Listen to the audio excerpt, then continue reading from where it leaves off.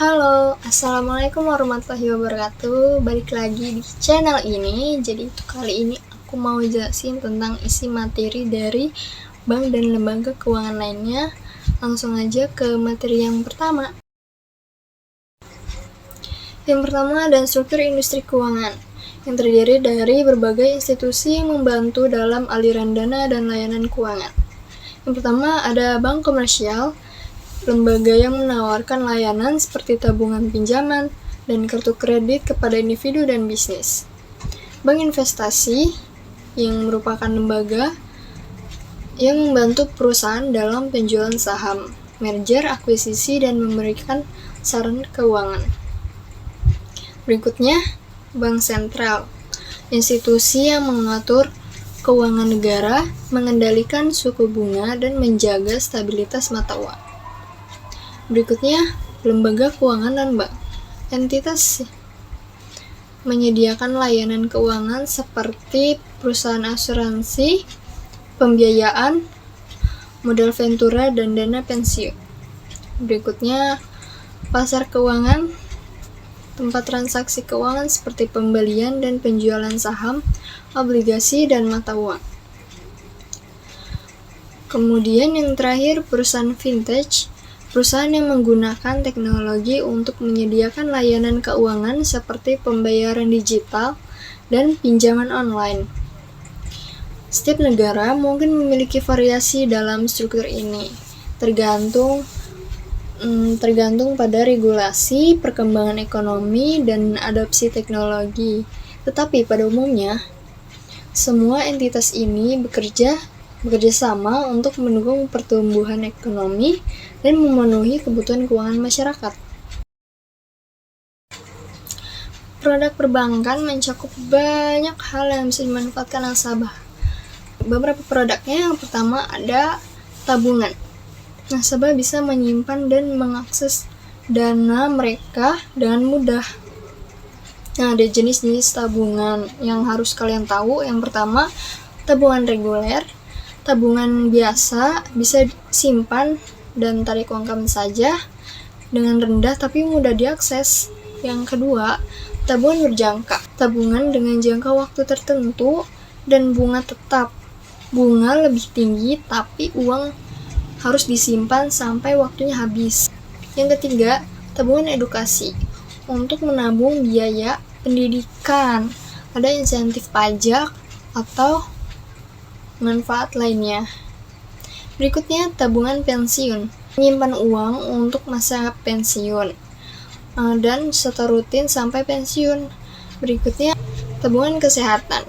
Untuk menabung biaya kesehatan yang tidak ditanggung asuransi. Berikutnya, ada tabungan anak nih, dibuka untuk anak-anak, bisa digunakan untuk pendidikan atau masa depan mereka. Berikutnya ada tabungan haji. Nah, ini khusus untuk menabung biaya perjalanan haji yang mau umrah. Nah, pakai tabungan ini. Setiap jenis tabungan punya fitur dan manfaat yang berbeda. Jadi, penting untuk memilih yang sesuai dengan kebutuhan kita. Nah, tabungan kalian apa nih? Yang kedua, deposito, yang merupakan simpanan di bank dengan bunga tetap dan jangka waktu tertentu. Bunga biasanya lebih tinggi dari tabungan biasa, tapi uang tidak bisa diambil sebelum jatuh tempo tanpa denda. Jenis-jenis deposito, yang pertama ada deposito berjangka. Ini simpanan dengan jangka waktu tertentu dan bunga lebih tinggi dari tabungan biasa. Tidak bisa diambil sebelum jatuh tempo tanpa denda. Ya. Yang kedua, deposito falas. Simpanan dalam mata uang asing seperti dolar atau euro, cocok untuk perlindungan nilai tukar. Yang ketiga, deposito syariah, sesuai prinsip syariah tanpa bunga atau riba dan investasi halal. Kemudian ada deposito pensiun, simpanan untuk persiapan pensiun, kadang dengan insentif pajak. Kemudian ada deposito berjangka fleksibel, bisa menambah atau menarik dana sebelum jatuh tempo tanpa denda, tapi bunganya lebih rendah dari deposito berjangka biasa. Setiap bank bisa menawarkan jenis deposito yang berbeda. Nah, jadi penting untuk memahami ketentuan sebelum menyimpan dana. Yang ketiga, kartu debit dan kartu kredit. Kartu debit ini untuk bayar atau tarik tunai langsung dari rekening bank. Yang kedua, kartu kredit untuk beli barang dengan pinjaman dari bank, ada batas kredit.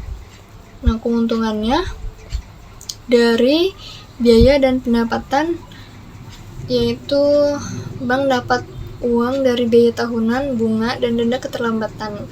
Dapat juga dari biaya transaksi pedagang. Kemudian layanan tambahannya, bank bisa menawarkan lebih banyak layanan ke nasabah.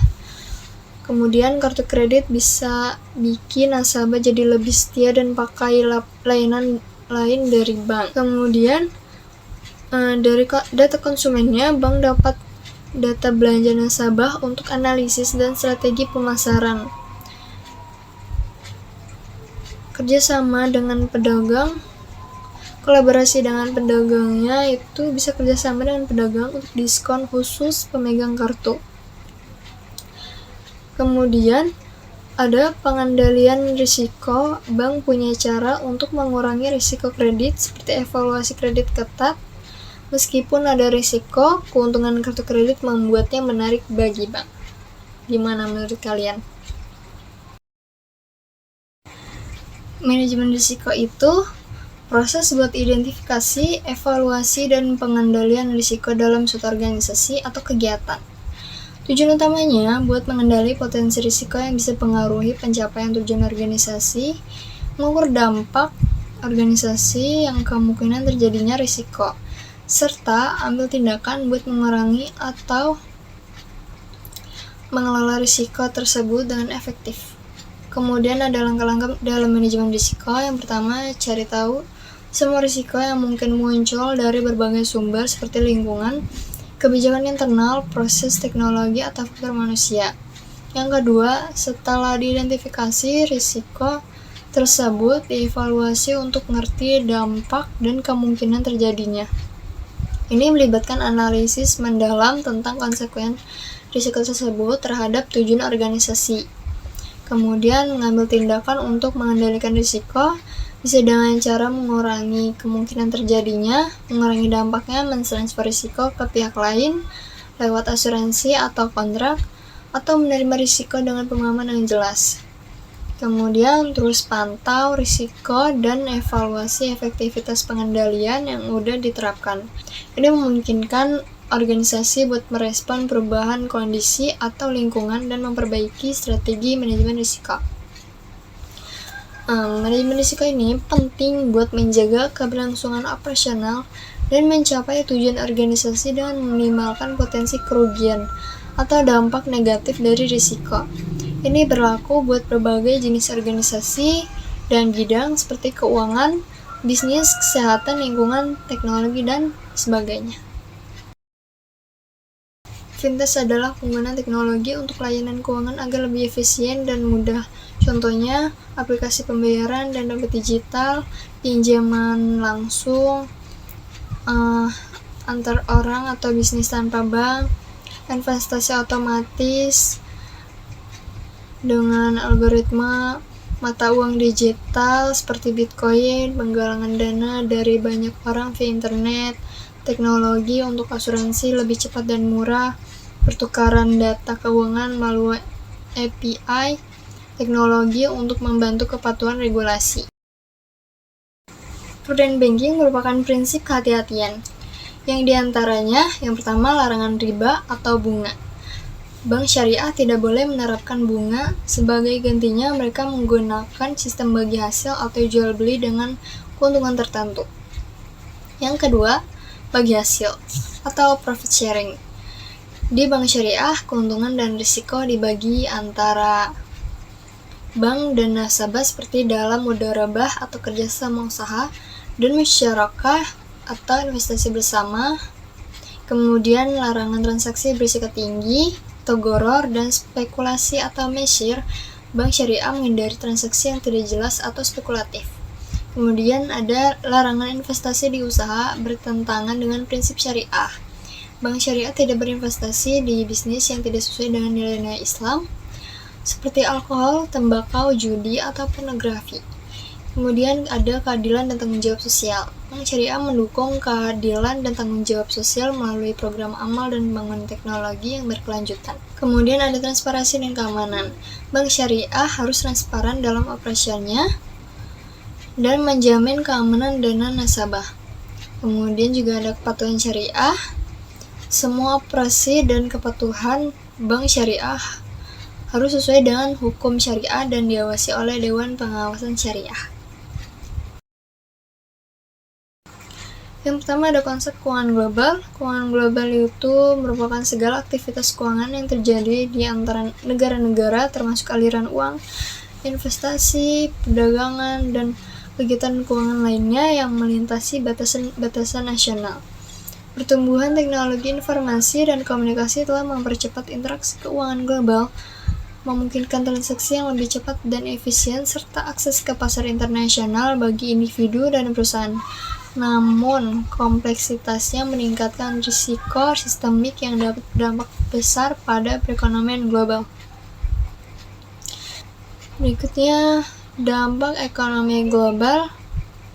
Yang pertama, dari krisis ekonomi global dapat meningkatkan risiko gagal bayar karena kesulitan pembayaran pinjaman.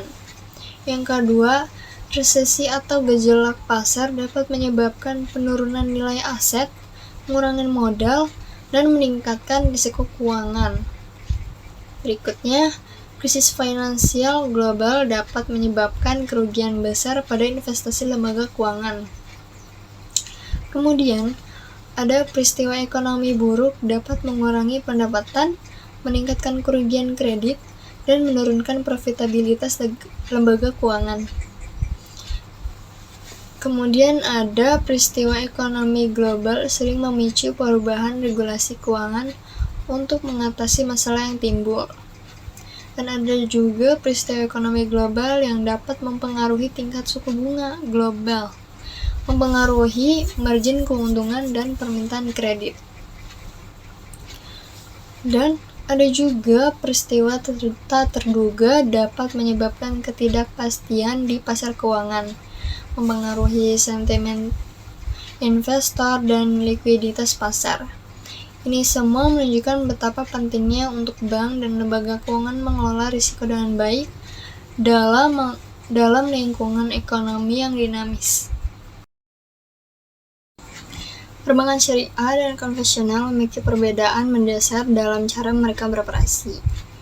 Perbankan syariah berdasarkan prinsip syariah Islam melarang riba dan mempraktik tidak adil. Sementara itu, perbankan konvensional menggunakan bunga sebagai sumber utama keuntungan. Produk perbankan syariah didesain agar sesuai dengan prinsip syariah dengan pembagian risiko dan keuntungan antara bank dan nasabah. Di sisi lain, perbankan konvensional menawarkan pinjaman dengan bunga yang telah ditentukan. Perbankan syariah menggunakan prinsip bagi hasil yang dimana keuntungan dan risiko dibagi antara bank dan nasabah. Perbankan konvensional menetapkan suku bunga dan menanggung risiko kredit sepenuhnya. Perbankan syariah menghindari investasi dalam bisnis yang bertentangan dengan prinsip syariah seperti alkohol atau perjudian, sedangkan perbankan konvensional tidak terbatas oleh pertimbangan agama dalam investasi. Kemudian juga, perbankan syariah menekankan transparansi, keadilan, dan keamanan dalam transaksi keuangan. Sementara perbankan konvensional lebih fokus pada layanan transaksional dengan bunga sebagai imbalan.